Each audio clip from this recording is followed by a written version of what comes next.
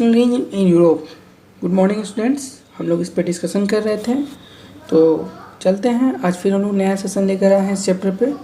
अच्छे से देखते हैं इसको। And this is about me, myself Rohit Shrivastava, and I am chemistry honours from VRU university, pursuing in MSc. This is my mobile number and personal mail ID. For any query you can move through it. And this is the thoughts of the day, also the lesson. You can solve your problems and you can enjoy every day. Okay, now ये जो session है हमारा totally based है NCERT पे, और ये हमारे इस चैप्टर का सेशन 4 है। देखते हैं कि हमको इसमें क्या क्या पढ़ना है। चूँकि हम लोग पहले ही बोल चुके हैं कि हिस्ट्री के लिए हम लोग NCERT को प्रेफर किए हैं लोग, ठीक है। The rise of nationalism in Europe हमारे चैप्टर का नाम था, और हम लोगों ने उसमें प्रीवियस टॉपिक में बहुत सारे टॉपिक्स पढ़े हैं। आज का जो हमारा टॉपिक है वो है 1848 the revolution of the liberals. That means liberals मतलब मैंने आप लोग को अच्छे से समझा दिया है, लिबरलाइजेशन टर्म को भी समझाया है। जब मैं इस चैप्टर के एंडिंग में एक सेशन लूँगा जिसमें ऑल जो इम्पोर्टेंट पॉइंट्स है और टॉपिक्स जो हैं, स्पेशली वर्ड्स जैसे लिबरलिज्म या फिर एरिस्टोक्रेसी, इस सब के बारे में एक अच्छे से मैं सेशन लूँगा जिसमें एक्सप्लेन किया रहूँगा। तो मतलब the revolution of the liberals, that means उदारवादियों की रिवॉल्यूशन, दैट मीन्स क्रांति, ठीक है। Parallel to the revolts of the poor, unemployed and the starving present and worker in many European countries in the year 1848 a revolution led by the educated middle class was underway. जब क्या हुआ था कि 1848 में European Nations में जहाँ poverty थी, मतलब जहाँ लोग गरीब थे या फिर बेरोज़गारी थी, अनएम्प्लॉयमेंट, और लोग क्या कर रहे थे, भूखे मर रहे थे, चाहे भूख से पूरी तरह से ग्रस्त थे। तो और वहाँ पे किसान लोग क्या कर रहे थे, अपना विद्रोह कर रहे थे, रिवॉल्यूशन कर रहे थे। तथा उसी के पैरेलल क्या हो रहा था कि जो पढ़े लिखे लोग थे लोग, ठीक है, जो मिडिल क्लास के लोग थे लोग, उनके अंदर भी एक टाइप का क्या कहें क्रांति हो रही थी, ठीक है। Events of February 1848 in France had brought about the abdications of the monarch and a republic based on the universal male suffrage and had been proclaimed। मतलब तो क्या हुआ कि जहाँ 1848 में फरवरी में एक ऐसा घटना हम लोग को देखने को मिला कि जो राजा था वहाँ का, उसको अपना जो सिंहासन था उसको छोड़ना पड़ा, ठीक है। और जो एक तरह से कहें रिपब्लिक का घोषणा हुआ, जिसमें सभी जितने भी मतलब यूनिवर्सल जितने भी मेल थे लोग, ठीक है, जैसे जितने पुरुष थे लोग, उन्होंने सब क्या किया कि अपने मत के अधिकार पे आधारित था। उन्होंने मत के आधार पे क्या किया कि एक घोषणा की जिसमें रिपब्लिक टर्म का यूज किया गया था, ठीक है। In the other parts of the Europe where independent nation states did not yet exist such a Germany, Italy, Poland and Hungarian Empire, men and women of the liberal middle classes combined their demands for constitutionalism with national unification, ठीक है। तो जहाँ एक तरफ Europe के दूसरे parts में अगर बात करें तो स्वतंत्र नहीं हुए थे उनके राष्ट्र या फिर राज्य, ठीक है, और अस्तित्व में भी नहीं आए थे। जैसे कौन कौन से राष्ट्र थे, तो जर्मनी हुआ, इटली हुआ, पोलैंड हुआ, ऑस्ट्रो हंगेरियन हुआ, जो एम्पायर था मतलब साम्राज्य। वहाँ के लोग जो थे, जो मध्यम वर्ग के लोग थे, लोग मिडिल क्लास के, चाहे वो स्त्री हो या पुरुष, उन्होंने क्या किया कि जो संविधान का जो मांग हो रहा था, कॉन्स्टिट्यूशन का, उन्होंने क्या किया, इसको एक तरह से जोड़ दिया कि राष्ट्रीय मतलब नेशनल यूनिफिकेशन के बारे में इन्होंने मांग से उसको जोड़ने लगा, ठीक है। They took advantage of the growing popular unrest to push their demands for the creation of a nation's state on the parliamentary principles, a constitution, freedom of the press and the freedom of association।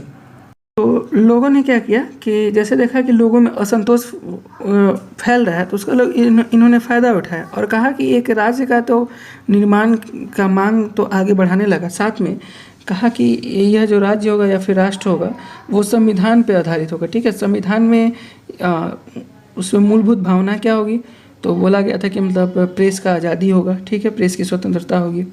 फिर आपको संगठन मतलब group बनाने का क्या होगा कि अधिकार होना चाहिए, फ्रीडम ऑफ एसोसिएशन, जैसे बहुत सारे इसी तरह कॉन्स्टिट्यूशनल प्रिंसिपल पे ये आधारित होगा, ठीक है, ये उन्होंने बात की थी। In the German region of a larger number of the political association whose members were middle class professionals, businessmen and prosperous artisans came together in the city of Frankfurt and decided to vote for all German National Assembly।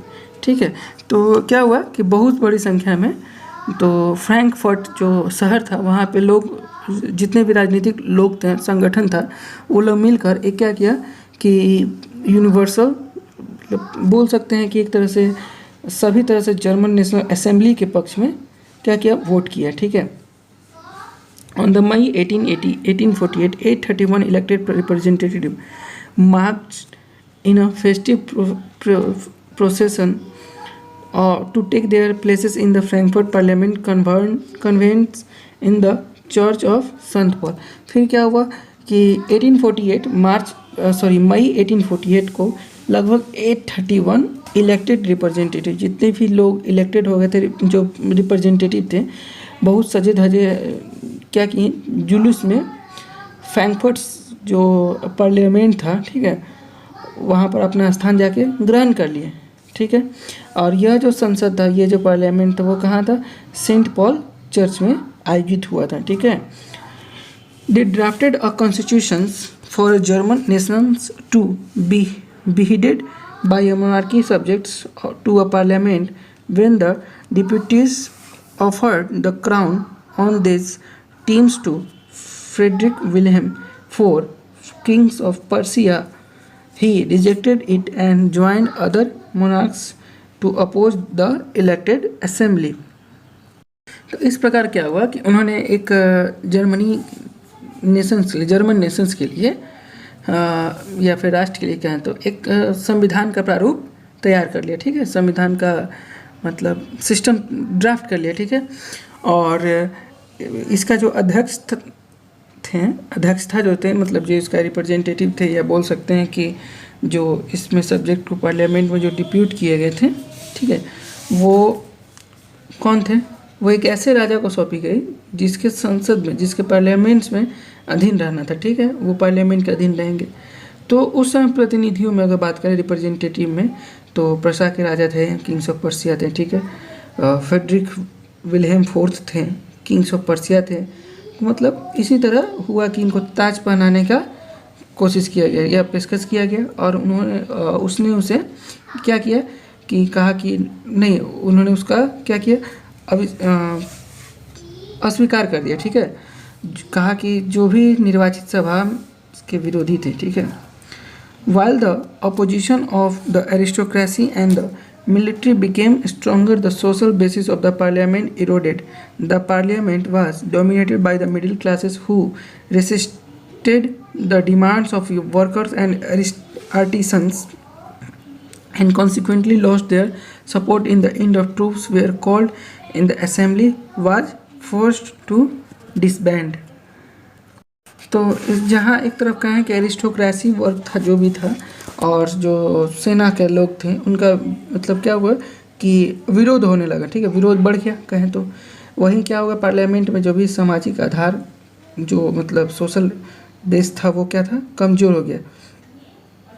ठीक है, और parliament में जितने भी middle class के लोग थे, वर्गों का प्रभाव, मतलब मिलिट्री बिकम्स स्ट्रॉन्गर, जो मिडिल क्लास के लोग थे वो लोग स्ट्रॉन्गर होने लगे, जिसके आधार पर क्या कह सकते हैं कि जितने मजदूर थे या फिर काम करने वालों की मांग का जो विरोध किया गया और उनका समर्थन खो बैठे।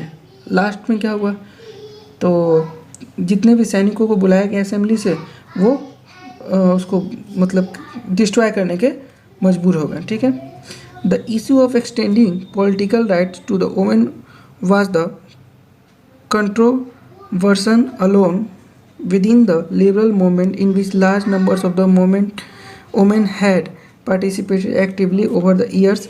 Women had formed their own political association, founded newspaper, and taken the parts in political meetings and the demonstration. Despite this, they were denounced suffers right during the election of the assembly when the Frankfurt Parliament convenes in the Church of St. Paul. Women were admitted only and as observers to stand in the visitor gallery. तो इसमें क्या और भी देखने को मिला कि जैसे जैसे हम लोग देखे हैं कि महिलाओं का तो योगदान काफ़ी रहा था, लेकिन क्या हुआ कि जितने भी आपको एक्सटेंडिंग पॉलिटिकल राइट्स जो थे वुमेन के, वो उनको रोकने की बात किए जाने लगा। हुआ कि मतलब उनके जितने भी राजनीतिक अधिकार थे उन पर क्वेश्चन होने लगा, विवाद उठने लगा दो आदमियों के बीच में या फिर लोगों के बीच में, इस पर क्वेश्चन होने लगा। अब चूंकि महिलाएं शुरू से ही सक्रिय थी, एक्टिव थी, महिलाओं ने भी क्या किया कि अपना एक संगठन स्थापित कर लिया। ठीक है, अखबार शुरू किया, राजनीति मतलब जितनी पॉलिटिकल बैठक की, प्रदर्शन भी करने लगी। ठीक है, इसके बावजूद भी क्या हुआ कि असेंबली में जो था उन्हें चुनाव, अगर बोले तो चुनाव के दौरान वोट देने से उनको वोट नहीं देने का अधिकार दिया गया, मतलब वंचित रखने जाने लगा। इस बीच में क्या हुआ कि सेंट पॉल में जो फ्रैंकफर्ट में सभा आयोजित की गई थी, तब महिलाएं केवल क्या की, एक तरह से कह सकते हैं कि ऑब्जर्वर की दृष्टि से, वो जैसे कोई सुनवाई होता है कोर्ट में तो लोग क्या होते हैं कि बाहर खड़े होकर देखते हैं या फिर अंदर में भी खड़े होकर, मतलब ऑब्जर्वर के रूप में, वैसे ही इनको भी ऑब्जर्वर के रूप में ही रखा गया। ठीक है, महिलाओं को उस तरह का योगदान नहीं दिया जा रहा था। Though conservative forces were able to suppress liberal movements in 1848, they could not restore the old order. Monarchs were beginning to realize that the cycles of revolutions and the repression could only be ended by granting concessions to the liberal nationalist revolutionaries. Hence, in the year of after 1848, the autocratic monarchies of Central and Eastern Europe began to introduce the change that had already taken place in the Western Europe before 1815. Thus, serfdom and bonded labor were abolished both in the Habsburg dominions and in Russia. The Habsburg rulers granted more autonomy to the Hungarian in 1867. हालांकि जितनी भी conservative ताकतें थी उन्होंने क्या किया कि 1848 में जो भी कंजर्वेटिव लोगों द्वारा लिया लिबरल जो मूवमेंट हुआ था उनको दबा पाने में क्या हुई, कामयाब हो गए। लेकिन जो पुरानी जो सिस्टम चली आ रही थी वो बहाल नहीं कर पाई। ठीक है, राजाओं को भी ये समझ में आना शुरू हो गया था कि जितने भी साइकिल्स ऑफ रिवॉल्यूशन जो हो रहा है, मतलब अगर कहें कि राजाओं को भी ये समझ में आने लगा कि जितने भी क्रांतिकारी हो रहे हैं तो उनको रियायत देकर थोड़ा सा क्रांति या फिर दमन को समाप्त कर दिया। लास्टली क्या हुआ कि 1848 के बाद लगभग वर्ष के जो मिडिल या फिर पूर्वी यूरोप में बात करें तो जितने भी मोनार्की जो थे वहाँ पे ऑटोक्रेटिक मोनार्क्स थे, ठीक है, निरंकुश राजा थे, उन्होंने परिवर्तन को भी चेंज करने लगा, सब कुछ मतलब परिवर्तन किया जाने लगा। ठीक है, ऐसे क्या हुआ कि वेस्टर्न यूरोप में 1815, ठीक है, ये पहले हो चुका था। इस तरह से क्या कहें कि हैब्सबर्ग के जितने भी अधिकार वाले जो एरियाज थे या फिर रूस के जो क्या कह सकते हैं भूमि का जो इतना भी जो सिस्टम था, लोग जो किसी के दास होकर काम करते थे या फिर बंधुआ मजदूरी जो करते थे उसको समाप्त कर दिया गया। ठीक है, फिर हैब्सबर्ग के जितने भी शासक थे उन्होंने हंगरी के लोगों को ज़्यादा स्वायत्ता प्रदान की और इससे निरंकुश जो मैग्यार थे, ठीक है, उनका प्रभुत्व जो था रास्ता ही साफ हुआ। तो ये था revolution of 1848 increase nationalist tensions. Now अब हम लोग देखेंगे कि making of Germany and Italy. तो इटली का और जर्मनी का बनना देखेंगे, लेकिन आज हम कोशिश करेंगे कि थोड़ा सा मतलब बहुत ही कम चीज़ को इसमें मेंशन करें, बट नेक्स्ट सेशन में इसको और भी अच्छे से हम लोग देखेंगे। बट आते हैं तो देखते हैं कि Germany can the army be the architect of a nation, मतलब जर्मनी का जो सेना था क्या वो निर्माता हो सकता था, जो कि जर्मनी का निर्माण में क्या जो उसका सेना जो था राष्ट्र का वो उसका निर्माण कर सकता था, तो वहीं देखेंगे। 1848 nationalism in Europe moved away from the association with democracy and the revolution. Nationalist sentiments were often mobilized by conservatives for promoting the state's power and achieving political domination over Europe. क्या हुआ कि जब 1848 में Europe में जो nationalism जो था, ठीक है, यूरोप में जो नेशनलिज्म था वो डेमोक्रेसी से अलग होकर, ठीक है, मतलब डेमोक्रेसी और रिवॉल्यूशन से जब अलग होने लगा तो उस समय क्या था कि जो राज्य का जो ये था, आपको कहें तो हम लोग डोमिनेशन था ओवर यूरोप के ऊपर, ठीक है, तो उसको हासिल करने के लिए जितने भी कंजर्वेटिव थे वो लोग क्या कहें नेशनलिज्म भावना का इस्तेमाल करने लगे। This can be observed in the process by which Germany and Italy came to be unified as the nation states, as you have been seen. Nationalist feeling were spurred among middle class Germans who in 1848 tried to unite different regions of the German Confederation into the nation state governed by an elected parliament। ठीक है, तो हम लोग कह सकते हैं कि इसको ऐसे प्रोसेस में देखा जा सकता है जब इटली और जर्मनी यूनिफाइड हो रहे थे, मतलब एक हो रहे थे, एकीकृत हो रहे थे, ठीक है, तो एकीकृत होकर क्या बन रहे थे, राष्ट्र बन रहे थे या फिर राज्य बन रहे थे। तो जैसा कि आपने देखा है कि जैसे जैसे नेशनलिस्ट भावना जो थी, जो मिडिल क्लास लोगों थे, जैसे मध्यम वर्गीय लोग जो थे जर्मन लोग, उनमें काफ़ी गढ़ कर चुकी थी, ठीक है, नेशनलिज्म की भावना, जितनी भी हमको मिडिल क्लास लोग थे, ठीक है। तो 1848 में जो जर्मन महासभा बोलेंगे कन्फेडरेशन को, हिंदी कन्फेडरेशन का महासभा होता है, जैसे जैसे मतलब 1848 में जर्मन कन्फेडरेशन विभिन्न इलाकों को क्या किया, जोड़कर एक क्या बना दिया, हमारा नॉमिनेट इलेक्टेड पार्लियामेंट बना दिया, ठीक है, और मतलब कोशिश किया, ठीक है। This liberal initiative two nations building was however repressed by the combined forces of monarchy and military supported by the large landowners called Junkers of the Prussia. From then or the Prussia took from the leadership on the movement of the for national unification. Its chief minister Otto von Bismarck was the architect of this process, carried out with the help of the Prussian among army and bureaucracy, ठीक है। तो क्या हुआ कि liberal जो ताकत था, ठीक है, उदारवादी जो लिबरल जो पहल थी, उसने क्या किया, जितने भी मतलब राजा लोग का था या फिर फौज की ताकत से मिलकर क्या किया, उसको दबा दिया, ठीक है। और उनका क्या हुआ कि प्रसा जो था पर्शिया, उसके जो भी जंकर्स मतलब होता है कि जिनके भूस्वामी, जिनका अपना भूमि हो, ठीक है, तो जितने भी जंकर्स थे उनका समर्थन किया। और उसके पश्चात क्या हुआ कि प्रसा जो था एक नेशनल यूनिफाइड होकर एक आंदोलन का नेतृत्व संभालने लगा, ठीक है। तो और इसके हेड जो थे, अगर बोल सकते हैं तो मंत्री कौन था, हमारा ऑटो वन बिस्मार्क। इसको बोल सकते हैं कि वो क्या था, इस क्रिया का वो फादर था या फिर जनक भी बोल सकते हैं, ठीक है, जिसने क्या किया था, प्रशा के सेना को, प्रशा का जो आर्मी था और जितने भी सिविल सर्वेंट थे, ठीक है, सभी को क्या किया था, मदद ली। और लगभग आफ्टर 7 ईयर्स, ठीक है, उसने क्या किया, there was over 7 years with Austria, Denmark and France in the Persian victory and completed the process of unification in 1871 January. The Persian king William I was proclaimed the German emperor and ceremony held at Versailles। तो क्या हुआ कि लगभग 7 वर्ष के बाद Austria हुआ, फिर डेनमार्क हुआ या फिर फ्रांस हुआ, ये तीनों ने मिलकर युद्ध को प्रसा से जीत लिया, ठीक है। मतलब युद्धों में क्या हुआ, इन तीनों के युद्ध में प्रसा जीता और उसके बाद से जो यूनिफाइड का काम था, यूनिफिकेशन का, वो शुरू हो गया, मतलब एकीकरण बोल सकते हैं, ठीक है। और जनवरी 1871 में क्या हुआ कि वर्साय में एक आयोजन हुआ, किस चीज़ का, तो एक मतलब सेरेमनी का, ठीक है। और उससे क्या हुआ कि जो प्रसा का जो आपका राजा था विलियम्स फर्स्ट, उसको क्या किया गया, जर्मनी का राजा बना दिया गया, ठीक है।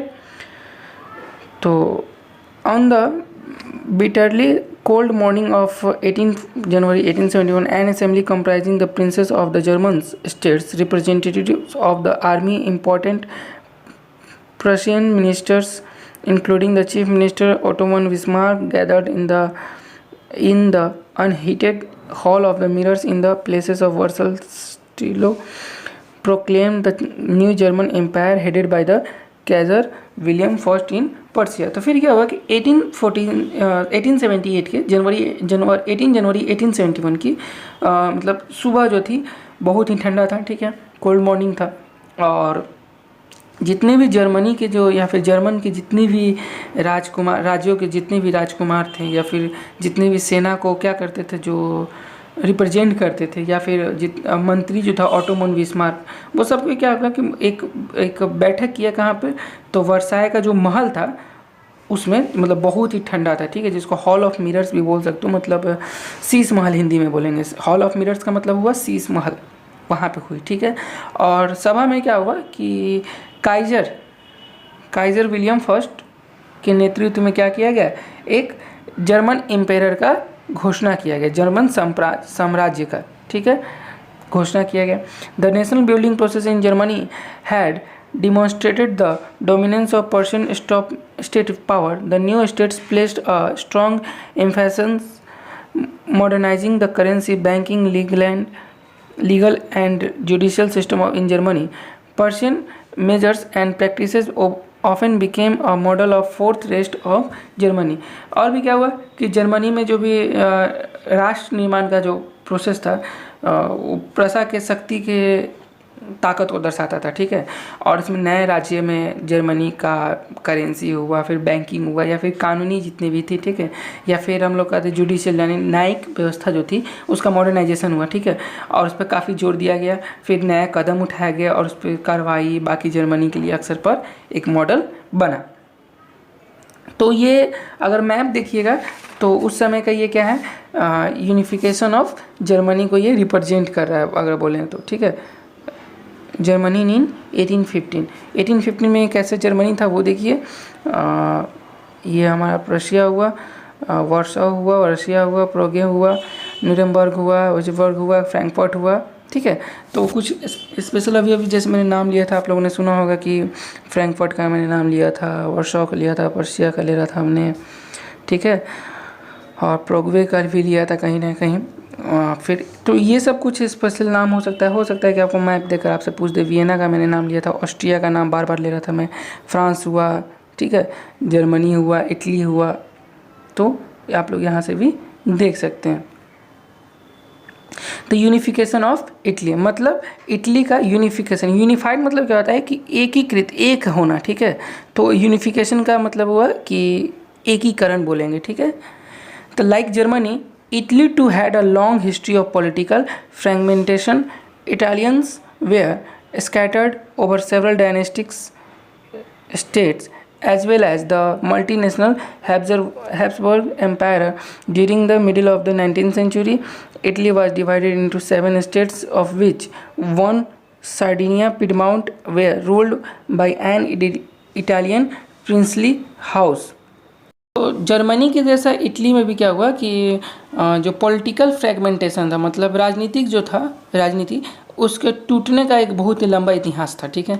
इटली में भी क्या था, पहले से बहुत अनेक डायनेस्टी थे, मतलब जो भी क्या कहें वंश के अनुसार राज्य तथा बहुत सारे हैब्सबर्ग साम्राज्य में बिखरा हुआ था राज्य इटली, ठीक है। लेकिन क्या हुआ कि 19th सेंचुरी में क्या हुआ, मतलब 19th सेंचुरी के मिडिल में, ठीक है, 7 राज्यों में इटली बटा हुआ था, जिनमें से एक था क्या, केवल एक सार्डिनिया पीडमाउंट जो था, उसमें आपको क्या था, जो इटालियन राजघरानों का शासन था, ठीक है। और the north was under Austrian Habsburg, the centre was ruled of the pope and the southern region were under the domination of the Bourbon kings of Spain. Even the Italian language had not acquired on one common form and still had many regional and local variation. During the 1830s, Joseph Mazzini had sought to put together a coherent program for a unitary Italian republic.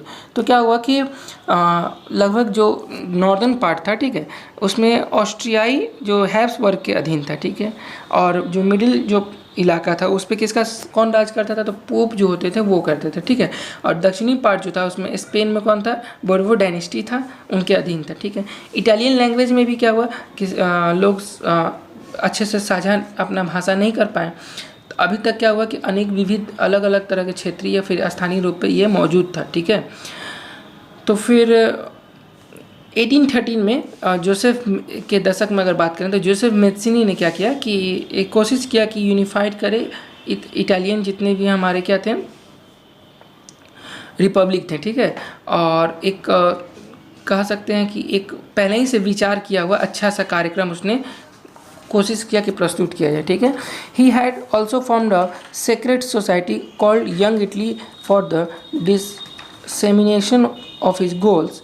The failure of revolutionary uprising both in 1831 and 1848 meant that the mantle now fell on Sardinia Piedmont under its ruler King Victor Emmanuel II to unify the Italian states through war. In the eye of the ruling elites to the regions, a unified Italy offered them the possibility to economic development and political dominance. तो क्या हुआ कि वैसे तो हम लोगों ने देखा कि जोसेफ मोजिनी ने वहाँ पे एक काम किया, लेकिन उसने क्या किया कि अपने मतलब जो भी उसका उद्देश्य है उसको बढ़ाने के लिए उसने क्या किया, यंग इटली नाम का एक संगठन बनाया, ठीक है। यंग इटली नाम का क्या गुप्त संगठन बनाया, ठीक है, जिसमें 1831 से और 1848 के जितने भी रिवॉल्यूशनरीज थे, ठीक है, क्रांतिकारी विद्रोह हुए थे, उसमें क्या किया उसने कह सकते हैं कि असफलता से युद्ध के जरिए क्या किया उसने इटालियन राज्य को जोड़ने की जिम्मेवारी सार्डिनिया पिडमाउंट के शासक जो थे उनका क्या नाम था, विक्टर इमैनुएल, उनको मतलब सेकंड पर आ गए, ठीक है। इस क्षेत्र पर क्या हुआ कि जितने भी हमारे इलाइट ग्रुप्स के रीजन्स थे, ठीक है, अभिजात वर्ग की नज़रों को एकीकृत करके क्या किया उसने, इटली उनके लिए मुख्य रूप से इकोनॉमिकल डेवलपमेंट और राजनीतिक डेवलपमेंट या फिर संभावनाएं उत्पन्न करता था, पॉलिटिकल डोमिनेंस, ठीक है। Chief minister covers who led the movement of unify the regional of Italy was neither a Republican nor a Democrat. Like many other wealthy and educated members of Italian elite, he spoke French much better than he did Italian. Through a tactful diplomatic alliance with France, engineered by the Cavour, Sardinia Piedmont succeeded in defeating the Austrian forces in 1859. तो क्या हुआ कि लगभग जब Victor Emmanuel पे ये आ गई तो उसके मंत्री जो थे, जैसे उनका हम लोग काउंट कावूर, ठीक है, चीफ मिनिस्टर जो थे उनके क्या नाम थे, मिनिस्टर काउंट कावूर, ठीक है।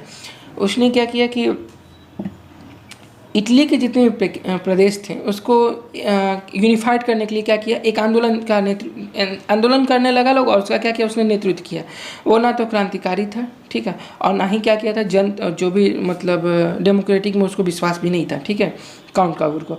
वो बोले तो एक तरह से इलाइट ग्रुप से था इटालियन के, जो तमाम जितने भी अमीर थे या फिर शिक्षित सदस्य थे कि तरह तरह के इटालियन लैंग्वेज से कहीं भी बेहतर वो क्या बोलता था, फ्रेंच बोलता था, ठीक है। फ्रांस से सार्डिनिया पिडमाउंट की एक क्या थी, सार्डिनिया पिडमाउंट से एक कह सकते हैं कि बहुत ही चतुर राजनीति थी या कूटनीति थी भी, ठीक है, कि पीछे काबूर का ही हाथ था। उसने ही अपना हाथ मतलब बोले कि उसको दोनों देशों के बीच में या फ्रांस से सार्डिनिया या पिडमाउंट के बीच में जो संबंध स्थापित करने का काम किसने किया था, काबूर नहीं किया था। फिर क्या हुआ कि सार्डिनिया पिडमाउंट 1858 में ऑस्ट्रियाई बलों से हरा पाने में क्या हुआ, कामयाब हो गया। Apart for regular troops, a large number of armed volunteers under the leadership of Joseph Garibaldi joined the fray in 1860. They marched into South Italy and the Kingdom of Two Sicilies and succeeded in winning the support of the local peasants in order to drive out the Spanish rulers. In 1861, Victor Emmanuel II was proclaimed king of United Italy, okay. जैसे जैसे जितने भी जो regular troops थे, मतलब जो regular सैनिक थे कि अलावा जोसेफ गैरीबाल्डी के क्या हुआ कि नेतृत्व में एक आर्म वॉलंटियर्स, ठीक है, ने युद्ध में पार्टिसिपेट किया, ठीक है। 1860 में क्या हुआ, दक्षिण में क्या कह सकते हैं कि इटली में दो सिसिलियों के राज्य में क्या हुआ, प्रवेश कर गए, और स्पेनी शासक को हटाने के लिए उन्होंने क्या किया, जो लोकल जो किसान थे उनका समर्थ पाने में वो क्या रहे, सफल रहे। 1861 में क्या हुआ कि विक्टर इमैनुएल जो सेकंड था उसको एक यूनिफाइड इटली का राजा घोषित किया गया, ठीक है। However much of the Italian population among whom rates of illiteracy were very high remained blissful blissfully unaware of liberal nationalist ideology. The peasant masses who had supported Garibaldi in southern Italy had never heard of Italy and believed that La Talia was Victor Emmanuel wife. और क्या हुआ कि वैसे तो वहाँ के लोग ज़्यादातर लोग क्या थे, मतलब इटली के अधिकांश लोग इलिटरेट थे, लेकिन अभी भी उनमें क्या थी कि ब्लिसफुल लिबरल नेशनलिस्ट आइडियोलॉजी जो थी वो उससे अनजान थे। ठीक है, दक्षिण में क्या था कि इटली में जिन आम किसान जो थे गैरीबाल्डी का जो समर्थन किया था, उन्होंने क्या किया, इटालिया के बारे में भी कभी सुना ही नहीं था। वे मानते थे कि ला टालिया विक्टर इमैनुअल की क्या है, पत्नी है। तो ये हम लोग देख सकते हैं कि इटालियन पेनिनसुला था जो उस समय का। तो किंगडम ऑफ टू सिसिल्स में यहाँ पे देख सकते हैं, देखिए kingdom of Piedmont and Sardinia बोल सकते हैं यहाँ पे। French empire, Ottoman empire, Austrian empire, ऐसे ऐसे था। ठीक है, तो आज का जो हमारा सेशन है उसका लास्ट जो थॉट्स है, जो खुद खुश रहते हैं उनसे दुनिया खुश रहती है। तो सबसे पहली बात यह है कि आप खुश रहना खुद सीखें। Then thank you students, I hope you like it. Any question in your mind, please tell me, please rate, review and recommend. Thank you students.